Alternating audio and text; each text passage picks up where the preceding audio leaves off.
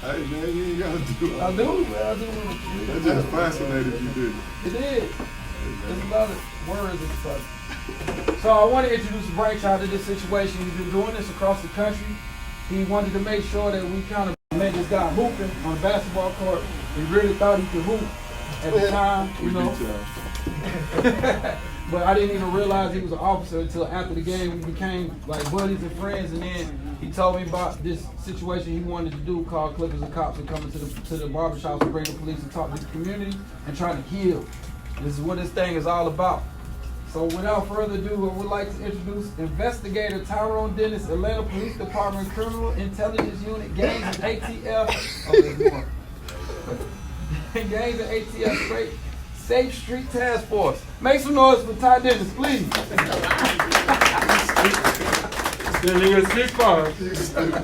How y'all doing? Thank you everybody for coming.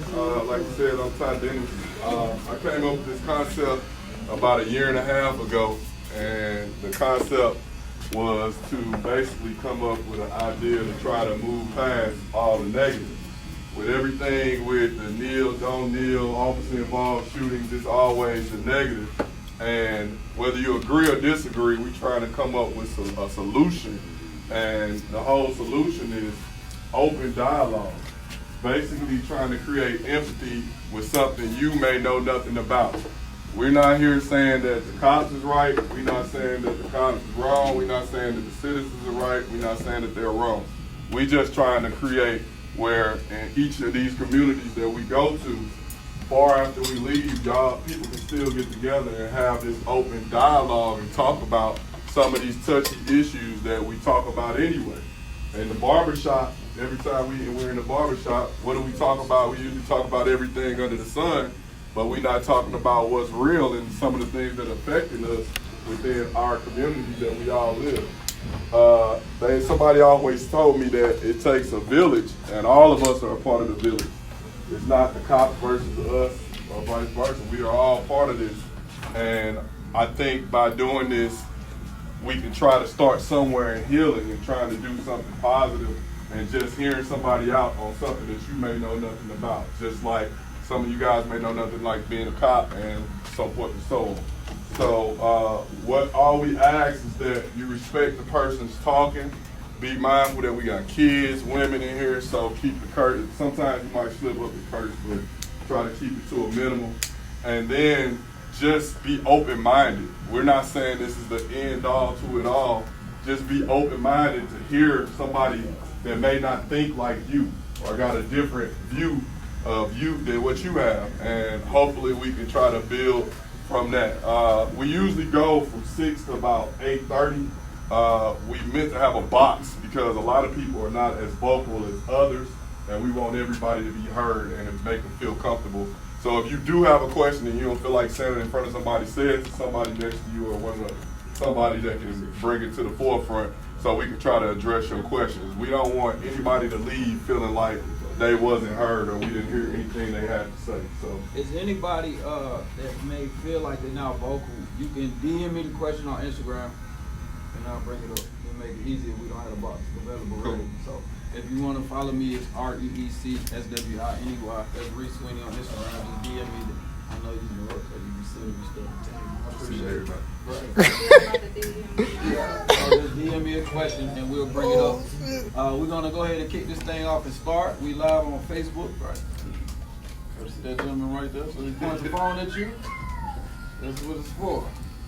All right, the first question of the day is going to be, what are some barriers to good police community relations and how can they be eliminated? So what are some things that keep us from having good community relations between the police and the community? Anybody want to jump in on that? Okay, I will then. So one of the barriers I feel like is things like this don't really happen or we have elected participation. A lot of times we see, we mention that we don't have a lot of teams or we don't have parents or just certain people that don't come. It might be the proprietor, his people, and then the people like the police coming. So I think that's one thing, just people not being willing and able to show up. Just anybody, what made you want to come today, sir? I ain't picking on. Yeah. Oh, okay. Peace, everybody. How you feeling? All right. Hey. All right, so I came today because it's it's my duty. You know what I'm saying? I first of all want to rise giving praise to the great God of the universe. My name is Fidel Sales Bay. I'm part of the Moorish Science Temple of America, Noble Temple 33, out of Atlanta.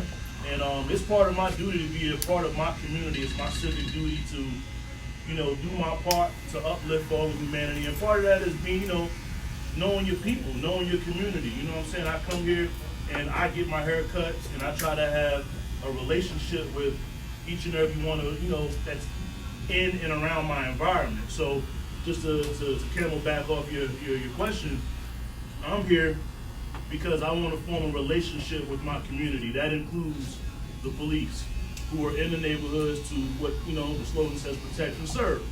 And to help us get over the hump and maybe answer some of these questions, and as well educate myself on what we can do as a community to better the relationships between us and law enforcement. So that's why I'm here. Education for me first and foremost.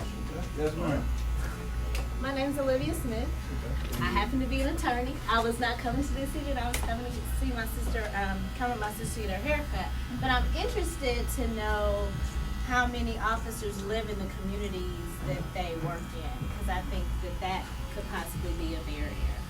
For some of us, we're Atlanta PD, and for some of us, we can't afford to live in the communities in which we serve. Just being honest with you. And I say that to say that in some jurisdictions they require that the officers live in the community, but in some, from a different aspect of it, as a person with a family, in some instances I don't want to live where I work because then I'm never off. And when people find out you're a cop in your neighborhood, it can be whatever time in the night they feel like it's your, he a cop, he's called Dennis. Dennis gonna jump in and be involved in it. And it's like, well, when you get off at 4 o'clock and hit the clock and you off, I wanna be off too. And I have a family to worry about as well, where they're sitting, they want their daddy and things like that. So it's almost like in some parts yes, and in some parts no. And then in some communities you're targeted when they find out you're a cop, because they find out your schedule and they find out, he worked 3 to 11, so we can kick in this door. He might got a vest or something in there, or he got guns in there and different things like that. So a lot of officers are targeted in some of the communities in which they have gone back to living. Yes, man. I'm gonna cover him, and then you. And I'll just interject too. And 1, 2, 3. If I for 1, 2, 3, 4. If I forget, remind me gently. I have police protection. All right. So one other thing I would say is you're right. They may not live within the community, but we have brought up on several occasions. It's important for them to at least be from a similar type background and understand the people of the community. So even if they in Atlanta and not from Atlanta, he's from St. Louis, so he may understand what happens on Boulevard. You know what I'm saying? That makes sense? That totally makes sense. My point of view, or my thought, and I hear what you're saying, is when you see people outside of uniform at the grocery store or at church, then they're people, and it's not necessarily, I'm a civilian and that's a cop. It's like that's whoever that person's name is because I know him outside of uniform. We become human beings instead of, like, some people think we sleep standing straight up and down and we don't eat and stuff like that. And it's like, I think the more people, like me and I always talk about, when you get to know an officer, you start looking at it kind of totally different, because he does know me outside of work. And he does know I'm a regular dude just like him. And I think that part of that is our job to make ourselves available to your community or within the community in which you serve, where if they're having a cookout, you ain't got to go stay the whole time, but go mingle, mix and mingle, and get to know people. Like, once you get to know people, usually some of those problems go away, because then the communication gap goes away. And the reason in case anybody's wondering, the reason we're on social media right now is so other communities that aren't necessarily here can hear what's going on, and it may give them an idea, spark an interest for them to go out and do some of this community healing. Yes, sir. We'll go to you next. All right. I'm Officer Jay, Cobb County Police Department. To answer your question, I actually do live in the community. I work in this area. I also live in this area.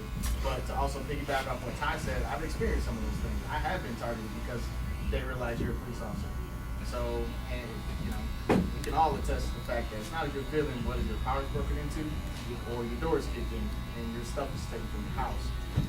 But I have experienced that. So then you kind of have to change up how you do things. You have to move. So there's a lot of factors that play into why some officers don't live in the areas that they work in.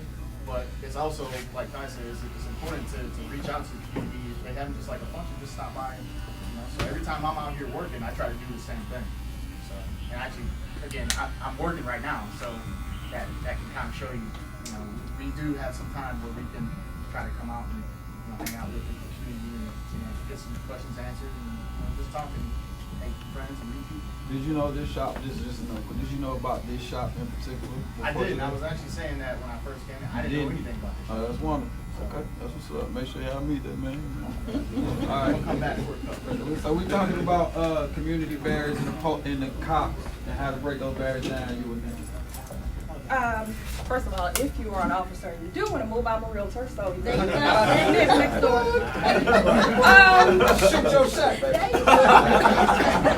So barriers. I think, it's ingrained in children early on in some communities where, the fear of the officers is kind of instilled in them from the start. Like, if you don't go and go sleep, the police gonna get you or whatever. If they see a police officer, you better run because the police gonna get you. But, that's part of it. And also, the images that people see in the media. But the only thing I can say is, as parents, and if, we ask other questions, I'm probably going to go back to this again and again and again. As parents, you have to teach your children about, the good reasons that police are in the neighborhood, to keep order and to, protect and serve and all of those things. So, it starts at home 9 times out of 10 on any of the things that happen. If you want your children to, respect authority, and that's not just police. It's teachers. You got, kids that don't even respect teachers anymore. So, those are the things. That's the one way to get over those barriers. Started earlier at home. Appreciate your comment. What's up? Don't mess the hell out of it. Look like what you need. One thing I would say is, what are some of the barriers as far as why the relationship is strong? Is while we're being honest in that, a lot of people come in, talk to the police, conversation comes up a lot. And one thing is like a common trend is that most people, they probably can count on one hand how many times they've had a good experience with police. So if we take into account for each person in here how many encounters they've had with police, 90% of them probably negative to at least to their view. That probably comes from a couple things. For one, being ignorant of the situation on how to respond to police, but also as well, just police, kind of being like, I guess, over aggressive, in their view. So maybe we can get some understanding on that. But I would say that's probably the biggest barrier is people's perception and view of police and just interaction. Actually, we have the same perception. When you get pulled over, we police officers, we have the same perception as the community when we get pulled over. Exactly. Oh shit. Well, let me I think the difference is, and I'm glad you're bringing that up. I think the difference is how we react to the officer. We know what's going through their mind. So we're trying to be here to teach you empathy, to understand what the officer sees. Because when we get pulled over, we have the same feelings, but our reaction is different. So if we can teach you how to react to a traffic stop or to being confronted by a police officer, I think the outcome will be the same. Yeah, and I agree with that. That's why I was so on board with this. You guys brought up some ideas and habits because we gotta have some form of communication, something. That's pretty forward with this, and we're living in this community. I think another important thing to realize is, I think we can all agree on the fact that as humans, we all have good and bad days. Sometimes, we bring our good and bad days or our bad days into that traffic stop with our attitude. So having a positive attitude and keeping the main goal in mind of surviving the traffic stop, let that be your main focus. Even if you're having a bad day, remember, I'm trying to survive this traffic stop. I don't know if this officer is afraid of me. You know, I don't know if he's having a bad day, so I don't want to be on 10 and then have him come up to 10 with me. It's best to just, yes sir, take your ticket, see it in court. A lot of people, you know, you try to fight out on the streets or be a lawyer out on the streets. That's not where you have your, you know, you're going to win, so to speak. That officer has to answer for that ticket in court, and keep that in mind. Keep that in mind, people. Surviving the traffic stop is your main goal, getting home to your family. And that's just another point. I was gonna say, I think a barrier is trust. Like how you were saying, like some people, you know, they grow up in their community, they're taught like, hey man, don't get fooled with police, you know what I'm saying? We gotta be on alert all the time. And I think just based on like previous events within your community, some things that may happen, for example, like you have corruption with police, or you have police brutality, these things like that. You know, some people in the community, that takes an effect on their mental. And when they interact with police officers, it's very difficult for them to, I guess, calmly interact with an officer. And so I think that trust, and just based, like, you know, previous events and things like that, I think that's one of the main factors. How do we get past it though? Because, like I was saying to you earlier, like me, some people hold us accountable for Rodney King and stuff. I was a kid, you know what I'm saying? Yeah. And I saw it, we see the same things you guys see, you know? And just like I was saying earlier, we're human just like you guys. So if, like I always use the scenario, when you go through the drive-thru and the girl gets smart with you in the drive-thru, how that make you feel? Like when you at the speaker, by the time you get up to the window, you like, oh, where's she at?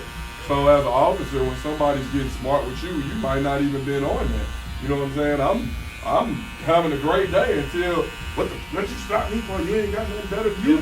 You my better to do. Like whatever I stop you for, that's what I stop. That's my job. And the problem I think a lot of people have is they don't want to be told that held responsible for their wrong, unfortunately. And even though that might seem petty to you, unfortunately, that's what you're doing your job. But it all comes to, like how you said, man, it's just communication between the officer and the person that they're working on. You know, you just got to be able to respond respectfully, man. And some people, they just don't. And I think you just have to realize also, it's just like when you say trust, it's like most of us have a diversity of individuals in our family, right? So just because we might have one crackhead cousin, that don't mean we can't trust the rest of our cousins, right? Right. You have to judge one off of his deeds and the others off of their deeds. So that's how we are as police. We don't want to be lumped into a category just because of the uniform that we wear. You know what I'm saying? If the time can be taken, we would appreciate it if, you know, we can give that time and you can give that time for us to get to know each other on an individual level, and then you respect me for who I am, and we can keep that other stuff over there. We can talk about it, but I don't want to be judged